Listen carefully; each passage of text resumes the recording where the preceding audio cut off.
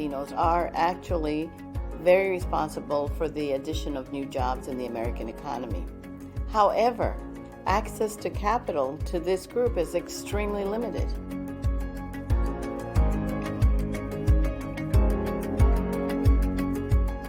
We want to help change that. We want to make a difference both with our capital and make the private equity community aware of all that we have to offer and all of the opportunity that they're passing up on.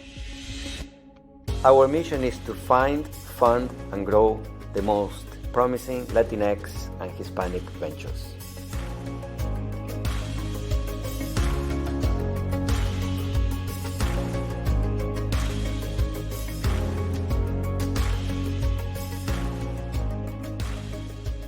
We want to make sure that Angeles Investors is a platform in where these companies not only do well from the business perspective, but also they shine.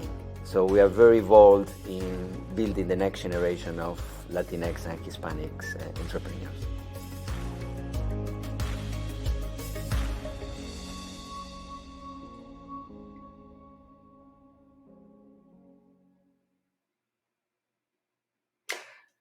Hello everybody, and welcome to another Charla with Angeles Investors. My name is Marcelo De Santis. I'm the co-founder of Angeles Investors and also Chief Digital Officer at ThoughtWorks. It's a pleasure to be your host for today's Charla on Latinx Business Success. So before I introduce our panelists, I want to take a moment to thank our sponsor, BMO Harris Bank, whose support allows us to bring you this Charla series every month. For those who are joining for the first time, I just want to provide some context about Angeles Investors.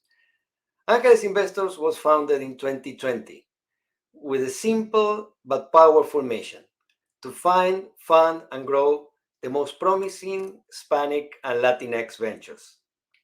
Since then, we have invested over $5 million in different companies, and recently led Series A with StitchCrew Capital on Canela Media. We're very happy about our results. Our membership is also growing exponentially, and I'm happy to share that just today, we reached 100 members, and we still expect to double that number by the end of the year. So congratulations to the team and all the members that are believing in our mission. If you are interested in learning more about Angeles Investors, please feel free to email us at members@angelesinvestors.com. So without further ado, let me introduce our panelists for today's Charla. It is my pleasure to introduce Frank Carbajal. Frank is founder and president of Estiempo and founder of the Silicon Valley Latino Leadership Summit, which brings the top thought leaders throughout the country to Stanford University. Frank is also the co-author of Building the Latino Future, Success Stories for the Next Generation, and co-author of El Futuro Latino, which is published in 14 Latin American countries, including Mexico. Frank also sits at the advisory board of Angeles Investors. Welcome, Frank, to today's Charla. Thank you. Thank you, Marcelo. I also have the privilege and pleasure to introduce Erika Lucas. After reaching partner level at a prominent private equity firm, Erika left her career in finance to launch StitchCrew, an organization democratizing access to capital, resources, and networks for overlooked entrepreneurs. Since then, she has partnered with organizations like the NBA team, the Oklahoma City Thunder, and the Canadian Embassy to develop programming. She's also an angel investor in multiple companies led by women and BIPOC entrepreneurs. In 2022, Erika founded VEST, a private community of influential women building power collectively and working together to expedite the pipeline of more women in positions of power and influence.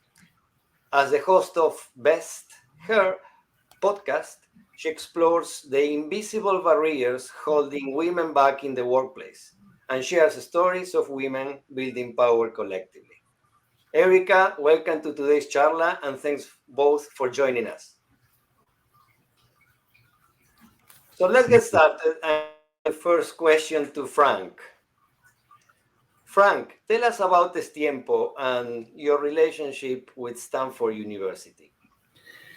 Yeah, so welcome everyone, and thank you so much for being here on Thursday. And it is a pleasure to be here in Angeles Investors. I remember 2 years ago when Marcelo gave me a call, and it was really at the height of the pandemic, and he showed me the beautiful deck of Angeles Investors. And Marcelo said, I had a conversation with David Olivencia, one of the founding members as well, and we'd like to invite Tiempo to be on advisory. And I said, well, that's great. Marcelo, I'm very honored, but, why the ask? We always ask why, right? And I said, I feel very humbled, but why me?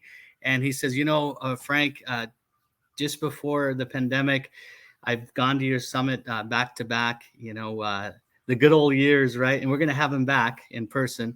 But, David and I really enjoyed what Tiempo and the Silicon Valley Latino leadership brings together. And you believe in unity, believe in elevating others. And that's what Angeles' mission is to find, identify, and fund folks. And so without a doubt, Tiempo was very honored. And, Tiempo really started in 2001, a story about my dad. We always lift our parents, right? And I was talking to my dad, and I let him know in Spanish. I said, "Papá, quiero escribir un libro. I'd like to write a book." Y mi papá dices, my dad says, "Pues mijo, ya es tiempo." And I said, "Oh, that's it. That's it. It's time to start writing." And I talked to my wife, Amalia, and Molly's like, "Well, who's going to write it for you?" And I said, she's a great writer. And I said, well, if I have the network and I identify folks, from my initial network, Nishimba, now today known as Prospanica, we have talented folks in the pipeline. I could interview people I know, like Roberto Medrano, who Marcelo, who's one of the founding members of Hispanic Net. And it opened up the network throughout the country. So my manuscript started building from 2001 to 2004. I pitched it to 3 different publishers. And by the time I got to the 3rd publisher, the first 2 said no, and the 3rd one was Wiley. And Wiley and Sons is based, a huge publisher. I was pinching myself because I didn't pitch alone. I was signed on by an agent known as the Ken Blanchard Management Company. Ken Blanchard wrote the 1 Minute Manager. And so when I thought about it, they asked me the question, well, why would you like to write a book, Frank? And I said, because we are the future. And they said, could you explain more? And I said, well, it's 2005 at that point. I said, look at our numbers. Numbers, data doesn't lie. And right then, Wiley said yes. I was published in 2008. But backing up a few months prior to 2008, I have a good friend who is a family attorney. His name's Clay. And he says, Frank, you should really consider establishing an LLC for Tiempo. So Tiempo was born in 2008, and the Silicon Valley Latino Leadership Summit was born in 2010. And I say born because, our business are like our children, right? We have to really take care, grow, and see the sustainability of its future. So that is how Tiempo came into fruition. Excellent, Frank. And what about your recent book, right? I mean, you just published Building the Latino Future, Success Story for Next Generation. What was the motivation, right, to write the second book? That's an excellent question. And it really was something that I didn't think about until the pandemic. And what made me really think about it more was the fact that many of us listening, I don't know, but I grew up poor with very little resources. And today I live in Santa Clara, but my heart and corazón is in East San Jose. So growing up in East San Jose and seeing the disparities and the inequities, I thought today, say it was literally about 19 months ago, I was sitting where I'm sitting today. I was looking over, my kids were in remote education, virtual learning. They didn't have broadband issues, Wi-Fi issues. And I thought to myself, the poor chavalitos in East San Jose, where are they today? Many of them had the excuse to not even go to school, to go into a classroom platform like this because of the lack of broadband and Wi-Fi issues. So I urgently thought at that point, I have to do something about it. And during that same week, I believe in divine intervention. My publisher, his name's Jesse Wiley. He's the chair of Wiley. He sent me an email. He's like, hey, Frank, I see a lot of your posts on equity, and I really am inspired by your posts. Could we have a Zoom? And I said, sure. So we set it up for a Friday. And he says, not much into the conversation. He's like, Frank, I noticed that your last book was published in 2008. And he says, Es tiempo, don't you think it's time to write another book? And I said, well, I was just thinking, Jesse, about the inequities and things, the divide. But I don't want to think of the divide. I want to think about the digital evolution.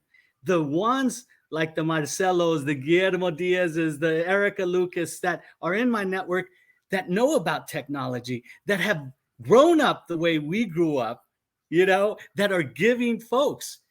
And Jesse says, well, get on it. He's like, you get on it. And who do you think in your network, Frank, would you ask someone to partner up with? And I said, I have this friend who is like this STEM expert, who is a digital genius. His name's Dr. Jose More. I said, I'd like to ask if he would be a co-author. And he says, okay, go ahead. So Jose has a big platform, and he said yes. And at that point, Marcelo and Erika, I reached out to you two, and without hesitation, you all said yes. And literally, the manuscript, because of the stories you shared in the book, shaped up to be a book that went on bestseller within a couple of months. And I just checked last week. It's a proud moment. Like I said, it's like your children, right? I checked on Walmart, and it's on bestseller in Walmart. And my mom, who is right behind me right there, watching over me, she says, she's saying on heaven, ay, mijo, estoy bien orgullo de tu éxito, porque it's really something that's about our parents. And Marcelo and Erika, when I talk about impact, I'm not saying that we're the ones that are making impact. It's our parents that made the impact for us to make it possible to impact others. So I am very honored, Erika, Marcelo, that you're in the book.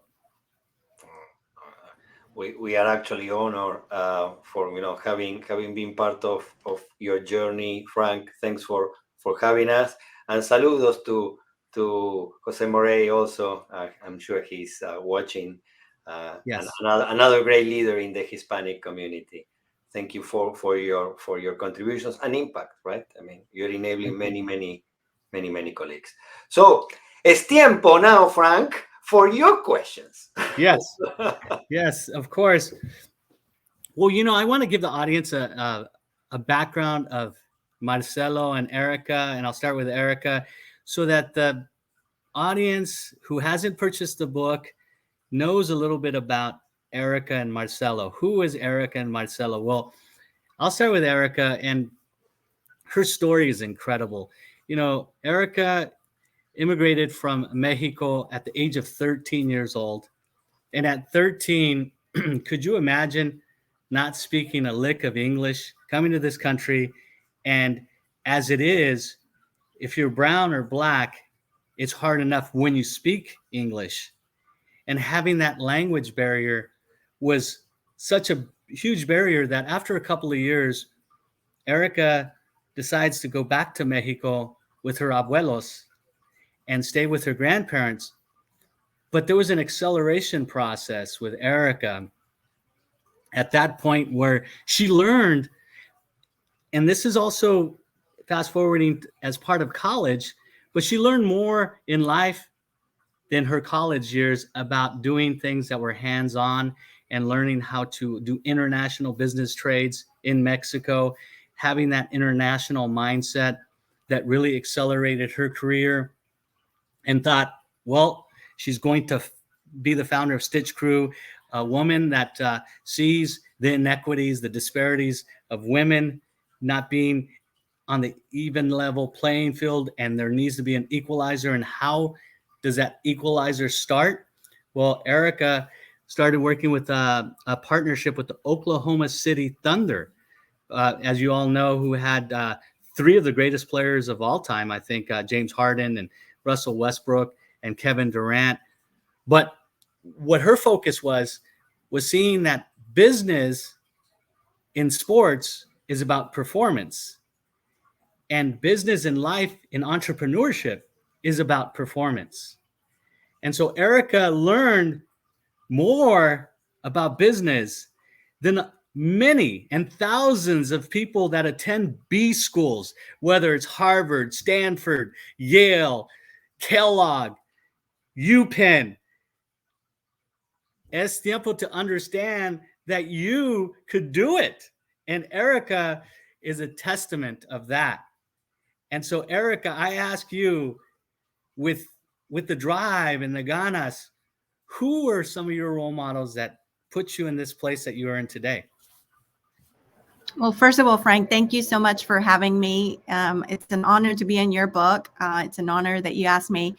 And I'm going to go back to what you were saying first. You know, I always say that the original dreamers were our parents and our grandparents, if it's second generation immigrants.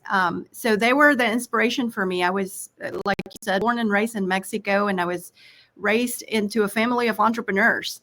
Only this time they were entrepreneurs, not because it was cool or sexy, but out of need and as a way to provide for their family, right? So I grew up with a really very real definition of what it's like to build a business without generational wealth, without built-in networks that can help you launch and scale your business. And you know, I grew up with such a real definition that I wanted nothing to do with entrepreneurship, right? I wanted to build a corporate ladder and go the opposite way.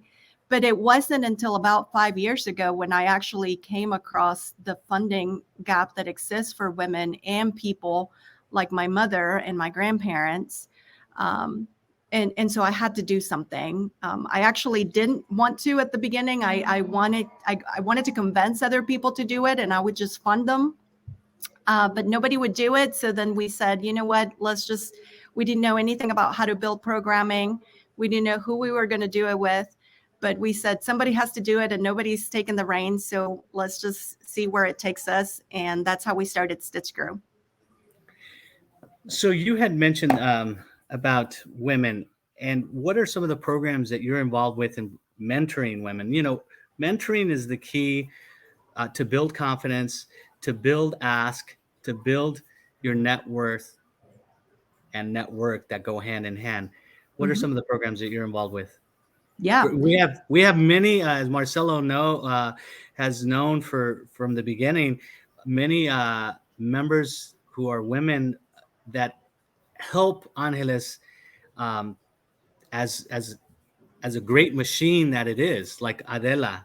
Adela is one of the founding members. So, Erika, what are some of the programs that you're involved with? Yeah, absolutely. So in partnership with the Oklahoma City Thunder, that's actually where we are at the Oklahoma City Thunder Launchpad.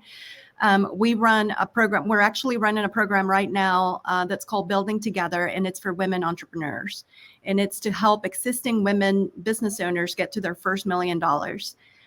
So we do a cohort, and we take them all. We just go over growth principles on how to scale your company to your first million, because we believe, and some people may disagree with me, because a lot of people ask me, why don't you just raise a fund yourself and then start investing?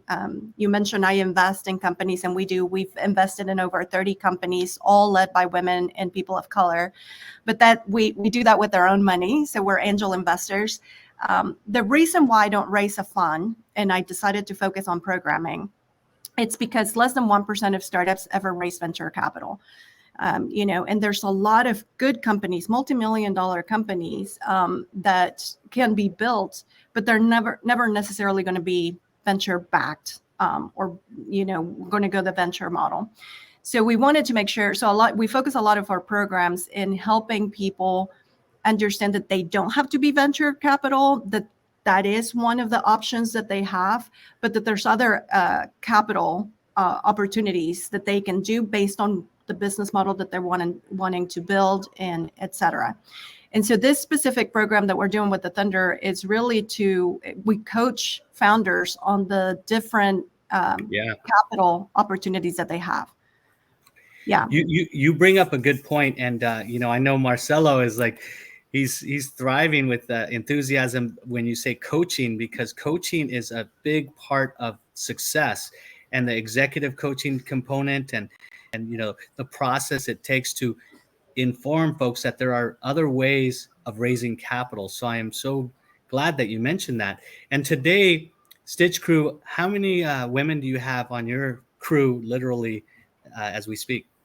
So right now in this cohort, we have 12 startups, 12 women. And then we just launched another program, this time with BASF, which is the largest ingredient supplier in the personal care space and beauty space in the world.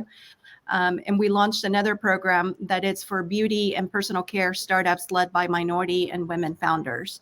So apply for that one. It closes on April 7th. We have up to 6 spots. So yeah. Well, that's great. That's great. So that's what we're going to do in a few minutes. We're going to grab some questions from the audience. Any folks who have questions and how to get in touch with Erika and Marcelo. Marcelo is a great visionary. Marcelo immigrated from Argentina. His story is similar to yours, Erika, where he, has parents that believe in him, believed in his journey. And with Marcelo, he's a very giving person. One of the things that he learned early on was through Catholic education was a spirit of giving. And of course, at a very young age, a software curious genius of a person that he is, he had the opportunity to work at Kraft early on in his career, which of course I think is important because the exposure that it provided for Marcelo was to travel to San Francisco, Chicago, Singapore, China, all these other places. And I think it's so important for folks who read the stories of Marcelo and Erika to understand that part of the success factor is the exposure. And one of the things that Marcelo is very proud of is his involvement with UNICEF. How UNICEF is so important to him is it propelled him to do other activities also for fundraising efforts. For example, in 2023, he has his vision on Mount Everest. With that, I'd like to welcome in Marcelo and ask him a few questions. Marcelo. Thank you, Frank. Thank you. I mean, thanks for the nice words, and happy to be here. I guess you said everything. I don't know what to add, but basically, similar to Erika, I had el abuelo y la abuela, right? Grandfather and grandmother came from Italy after the war, and I always tell the story of my grandfather, who came basically with a few suitcases, right, and some money, and bought a truck. And the only thing he had was a truck and my grandmother, and he was living in a truck and doing trips and doing logistics work, right, for more than a year and a half. And if I fast forward his story, he ended up with one of the largest logistic companies in Argentina, right? 450 trucks, very, very nice company. And then my father took to the next level, and was like a family asset, right? But my story was different. I didn't want to actually work in that company, and I became a software developer at when I was 18 years old. And at those times, being a software developer was not as cool as it is today, right? And I didn't know. I started to build this software for supporting law firms, and the software started to sell, pretty well, right? And it made money. I was 18, 19 years old. And to make the long story short, that company became a company of 5, 6 people. And I sold it. And my father said, I was super happy. I was 19-year-old. I was an entrepreneur without knowing that I was an entrepreneur at all. And I sold this company, and I got significant amount of money for that age, right? Yeah. And my father got that money, put it in a trust, said, you're going to be able to access this money when you are 35 years old. Now go back to the university and start it all over. Yeah. So that was to me, it was a pivotal moment in my life, because my father kind of told me the same thing my abuelo, my grandfather, told me at the beginning, right, when he was still alive, which, always work hard, always be independent, never, never rest, try always to do your best, try to always do the extra mile. And that changed the way I was looking at life and business at that age, right? I was 19, so I always remember that from my father. I was pretty upset the day he did that. Yeah. Marcelo, what is it about the philanthropy part of business, because it goes hand in hand, that drives you to be not only a person to build products and to build business, but it seems like your biggest reward is when you're giving. What is it about that pushes you, to inspires you to do so many times, year after year, even during the pandemic and the height of the pandemic, you were looking ways to give? What are some of the things that remind you of the importance of philanthropy? Yeah, I think Frank, I think Eric and you said something similar, right? I mean, you get a point in your life in where you work for yourself, for your family, but what's the point of continue to doing that for yourself? I mean, maybe your family is doing well. You start to look at all the different opportunities, places in where you can help. When I was climbing for the second time Everest, I never got to the top. This last one was going to be my third. I almost died, right? I was those kind of moments in where I was giving up. And that very moment when I'm sitting there, right, almost without oxygen, I had I was lucky. I had a very good friend of mine climbing with me, and I'm here today. I came back from that experience, and I said, look, I thought I was immortal and life is gonna last forever, but it might not. Yeah. So for me, that moment gave me the indication that, Marcelo, every hour, every week, every day is a gift. And how do I actually give back to others everything that I got in life, right? So that's the engine behind, working for UNICEF, Yeah. specifically these days with the problems that we are having in Ukraine, and even for Angeles, right? Helping entrepreneurs, helping founders to realize their dreams, giving them what capital, access to our members, mentorship, things like that. And so with the membership today, celebration of the 100th member, that is that's great. That is great. 100 today. And if you look at LinkedIn, it is really today. I am. I'm going to look. And so with that, what was the vision behind Angeles Investors when you saw something that, and I'll go to Erika after this question, because she had mentioned something important as far as, misleading and access to capital. it could be very demoralizing for a community when they're pitching and putting a lot of their heart when they pitch to individuals. And I've seen it firsthand that there are folks in our community that aren't that nice. And I'm like, that can't happen. That cannot happen. We need to lift each other. We need to elevate each other. And Marcelo, Angeles, the name says itself. It's something that is angel. There's angelic about it, behind it. And the thought behind it is something that you all thought of. But what is it about Angeles that stands apart from other investors? I think first of all, I mean, this is a vision that we developed with, David Olivencia, De La Cepeda, and all the board of Angeles investors, right? I think at the root of that vision, you have that the fact that only, less than 2% of minority founders are getting venture capital help, right? So we wanted to really change that. We wanted to really focus on our community, which is one of the, higher growth communities in America.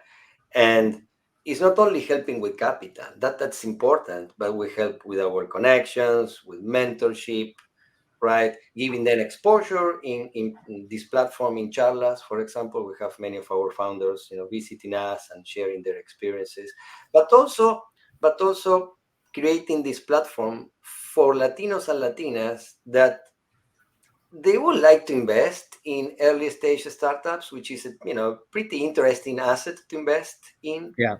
But they're not feeling confident, because I mean, I invested my first investment. They started because David Olivencia was pushing me to invest in early stage startups, right? But when you do with people that you trust, in community of people that share the same values and maybe same stories, as we can see here with Erika and you, Frank, I think you feel more comfortable. And that's also a big part of Angeles, right? Is not only providing the capital, but building a very strong community of Latinos and Latinas that invest in those startups. That is excellent. And Erika, same question. What do you think that sets you apart? And the 10 women that you had mentioned that are part of your network, as far as not only building the confidence, but mentoring process and the what I like to say is executing in the red zone, scoring that touchdown that really is about celebrating success. Yeah. Marcelo, it's super nice to hear your story. Thank you for sharing it. And I want to say hi to Jose. I see Jose and Elian in the chat. Thank you for joining, you guys. For me, I don't know that anything makes us special, but I think we try to focus on the same things that you mentioned, Marcelo. I think that access to capital is one thing, but access to resources and social networks is perhaps even more critical for all the reasons that Marcelo just mentioned. And then in addition to that, I think that having honest conversations, particularly in our community with Latinos and Latinx, the community, because, a lot of us, and you mentioned this, Frank, if you haven't seen it or you haven't been exposed to it, you don't know any better, right? So, I mean, I grew up in a family of bootstrap entrepreneurs, but I knew, my mom owned a flower shop and a kids' boutique store. My grandpa owned a chemical warehouse in Mexico, and then my grandma owned a little tiendita. Those of us that are from Mexico know it, in the little corner store. I didn't know anything about venture capital. I didn't know anything about lines of credit, and especially in Mexico at that time, with our banking system. But I didn't know anything about lines of credits and all of that. And to date, even though we've made so much progress, and Latinos are one of the fastest growing segments when it comes to new entrepreneurs coming on the pipeline, we're launching businesses that we know how to launch. We're launching businesses that we were exposed to launching. And if we don't know about venture capital as an option, we don't know what we don't know. And if we don't know that we can access other types of capital, we think that venture capital is the only way because that's the sexy thing, right? That's the thing that we hear about on Twitter or on social media or now on Hulu and Netflix and all of that. And so one of the things that we really focus on in our programming is we talk about venture capital, we talk about angel investments and private investments, but we also make sure that we know that they have options. There are micro loans, there are grants, there are traditional debt systems, there are revenue-based financing opportunities. So we try to expose them to as many things as possible so that and then we also talk about what capital makes sense as based on what they're building and based on what stage they are, right? And our goal is to hear all the opportunities, hear all the resources. You make your own decisions based on what you want to build and how you want to build it. And it's very important for us that we build it that way because, like I said, I don't want to romanticize venture capital, even though I invest, because less than 1% of startups access it.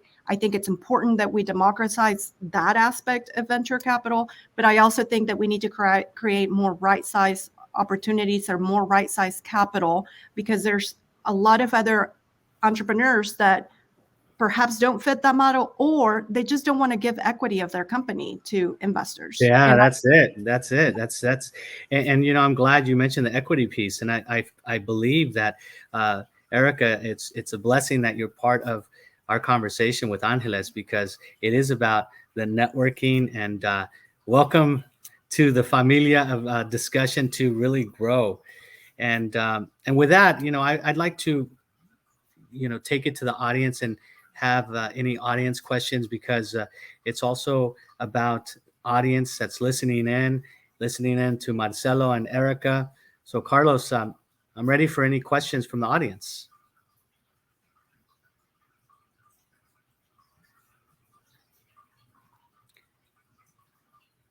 So before we go to the audience, Marcelo, are you beginning your training with the Mount Everest? Because just the thought alone is scary.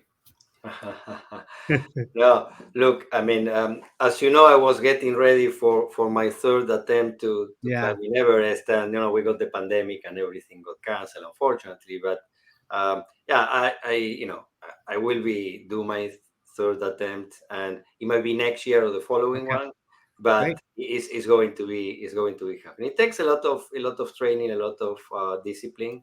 So I'm working on that, and as always, I will be fundraising for UNICEF. So stay tuned.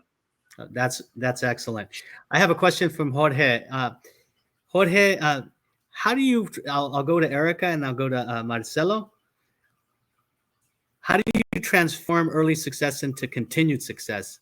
How does success negate success, Erika? That's a great question. I don't know who asked it, Carlos. Actually, Jorge asked it, and Carlos, he.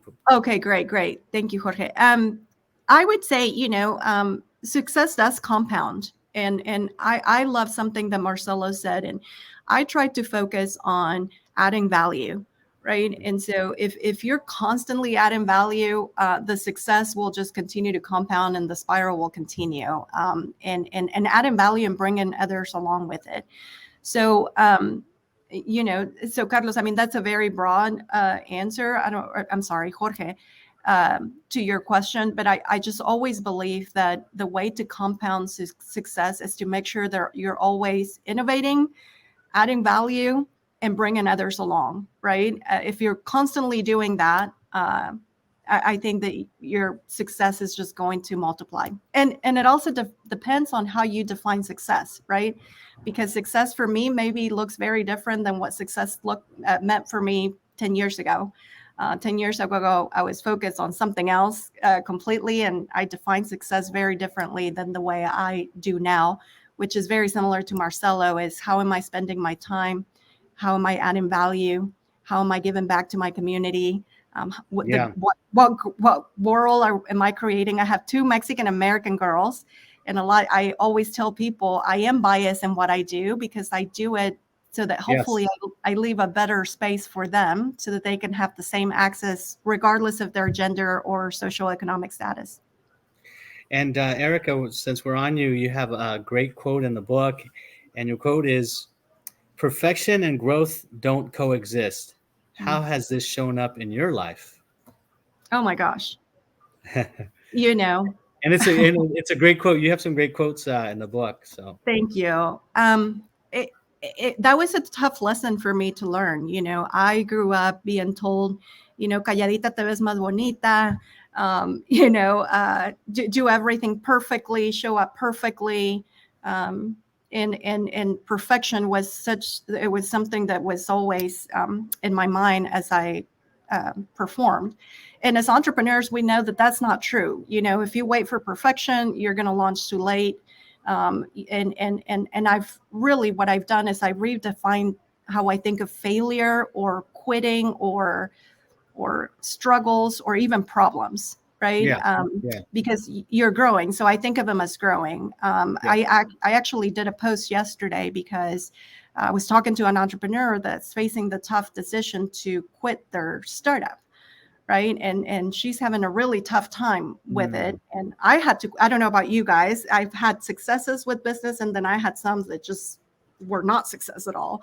Yeah. And I think we need to redefine failure is just as long as you're learning, you're not losing, you're not quitting, you're just learning how to do what to do and what not to do. Right. So the whole deal on perfection and growth don't coexist is if you really want to grow, you have to be uncomfortable.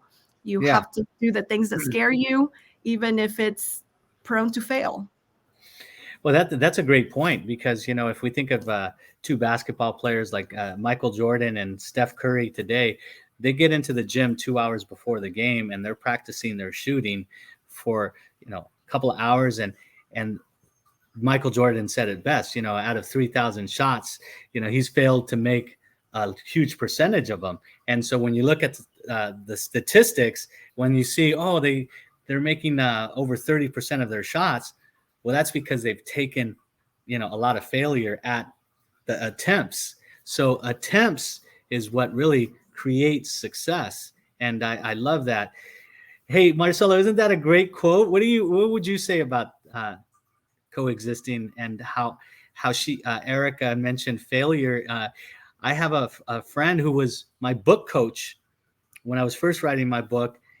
And he says, you know, failing is success. I said, what do you mean by that? He's like, because if you don't try, you don't know, and you have to fail to succeed. So, Marcelo, what do you think about that quote? I love it.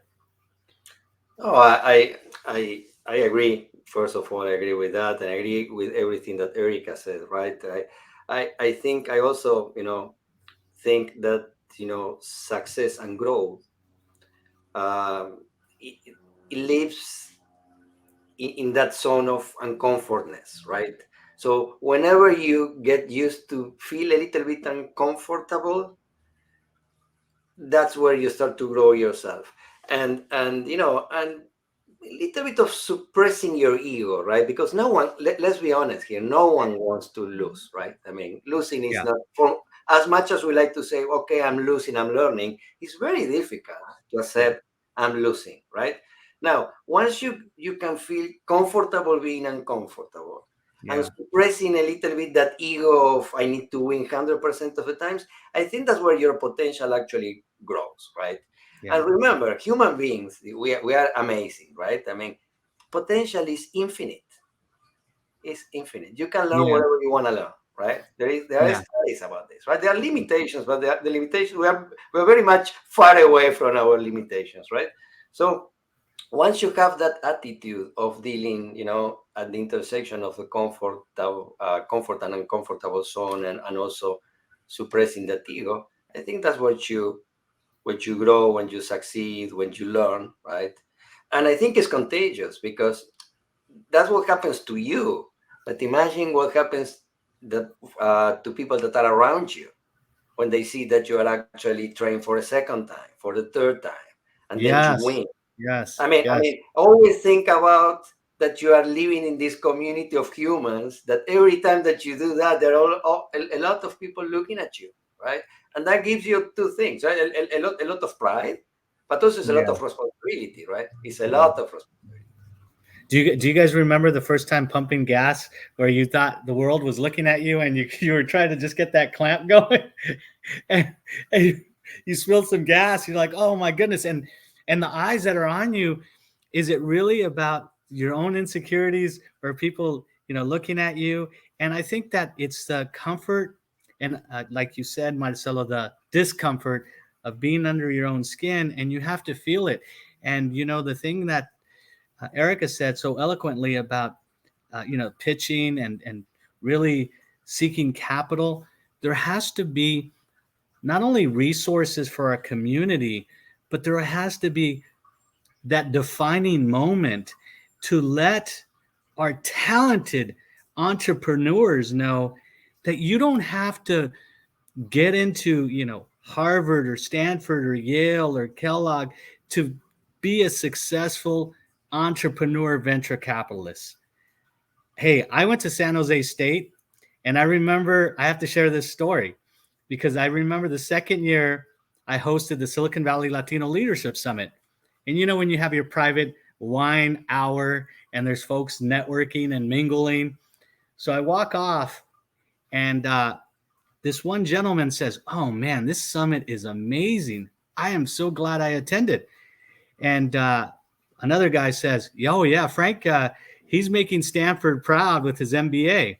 And then the third guy says, and they're all men that said this, Erika. The third guy says, "Oh, Frank he didn't get his MBA from Stanford. He went to San Jose State." And then the second guy steps in. He's like, "But who's hosting the event?" So we have to have that defining, encouraging moment with all of our community and saying, if you seek to be an entrepreneur and you have that talent and you know how to scale a business, go for it. 100%.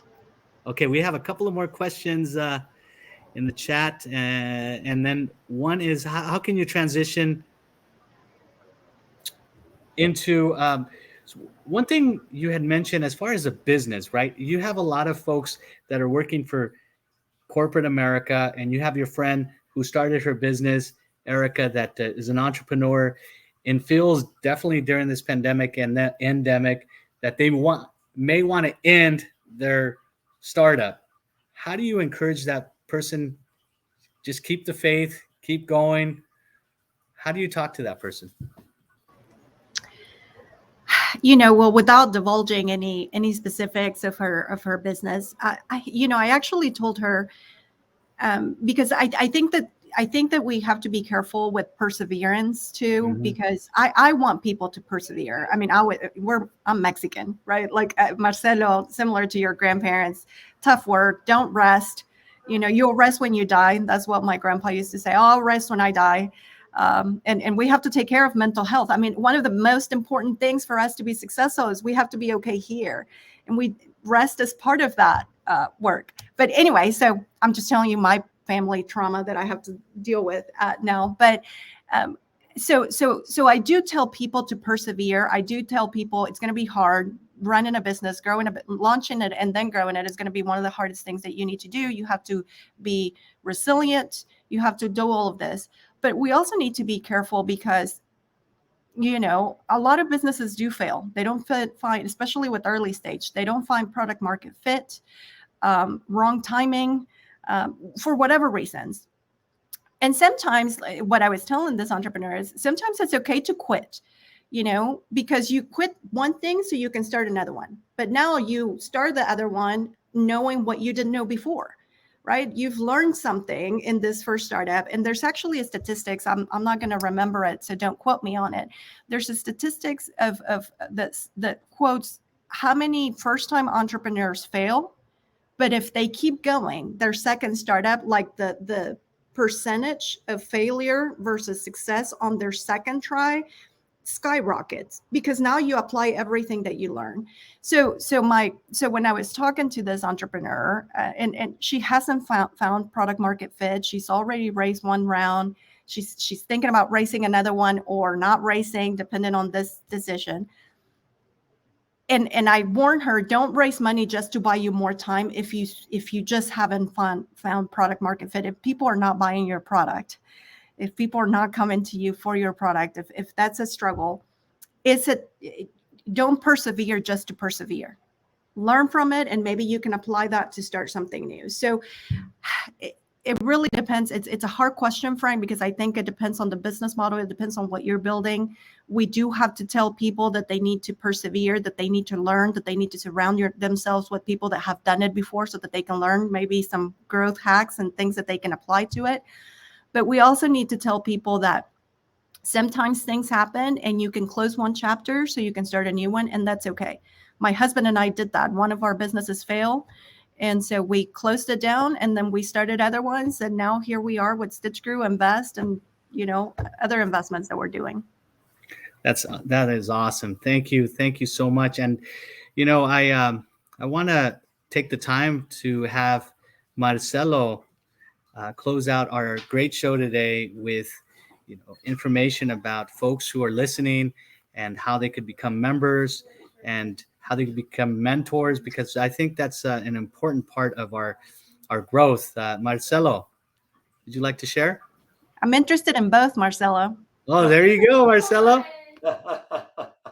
Absolutely.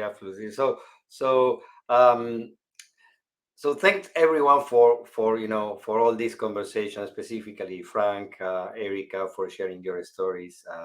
I think I will be watching this charla 2 or 3 times, and make sure that all of you are accessing our YouTube channel. But thanks to the audience for the great questions. Really, it was extremely insightful. So 2 things, as you were asking. First of all, go and buy Frank's book, Latinx Business Success, right?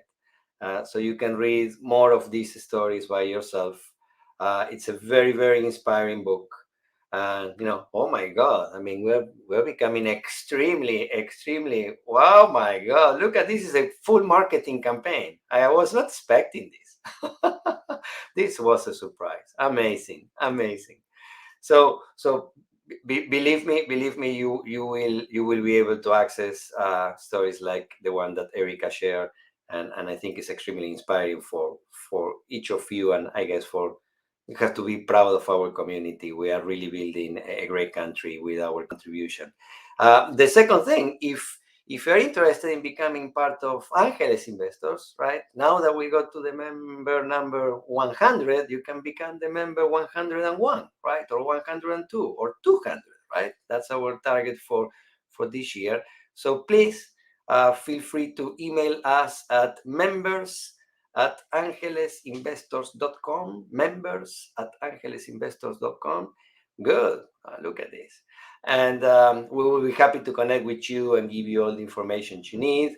And don't hesitate to ask any questions. And as soon as we finish this, remember that you can also watch this again in our YouTube channel.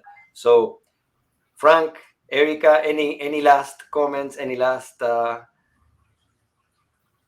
Yeah, just one of the things that I want folks to leave with is the fact that you all have powerful stories to share. Every audience member listening, please take the opportunity to share your story with your audience. And when I say your audience, we all have one network, and we can't deal in silos. We really have to come together. And lately and recently, we've heard a lot of pushback on the term Latinx, and it's not others defining our narrative. We are unified, defining our narrative. Thank you, Frank. Erika? No, just thank you for, I'm definitely interested in the membership and being a mentor, or if I can ever add value to what you guys are doing. I think it's super important that we, ¿cómo se dice? Unidos. Unidos. Sí se puede. So I think anything that I can do to support the community, I mean, really, we're doing what we're doing to close the wealth and the funding gap for entrepreneurs, particularly for those in our community. So anything that I can do to be additive. And then for the audience that wants to connect with me on LinkedIn, I know we're sharing this on LinkedIn. That's the easiest way to find me, or on Twitter if you want more humor. But please do connect with me if I can ever be of service. I'd love to help, especially if you're a founder looking for resources. And yeah, and I'd like to add with Erika, if you connect with her on LinkedIn, she has very motivational, inspirational videos. One I was jealous of, she was in Puerto Vallarta 2 weeks ago, or less than a week ago. Yeah. So it's great that I had two folks from the book on this charla, and I appreciate everyone. Thank you, Frank. Thank you, Erika. And thanks everyone for attending. As always, to the future. Thank you. Latinos are actually very responsible for the addition of new jobs in the American economy. However, access to capital to this group is extremely limited.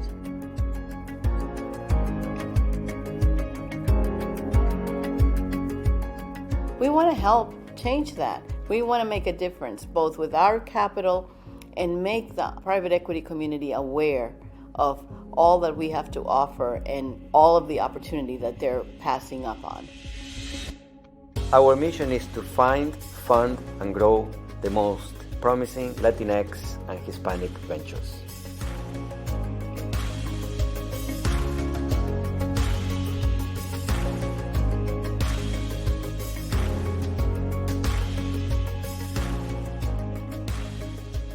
We want to make sure that Angeles Investors is a platform in where these companies not only do well from the business perspective, but also they shine. So we are very involved in building the next generation of Latinx and Hispanics entrepreneurs.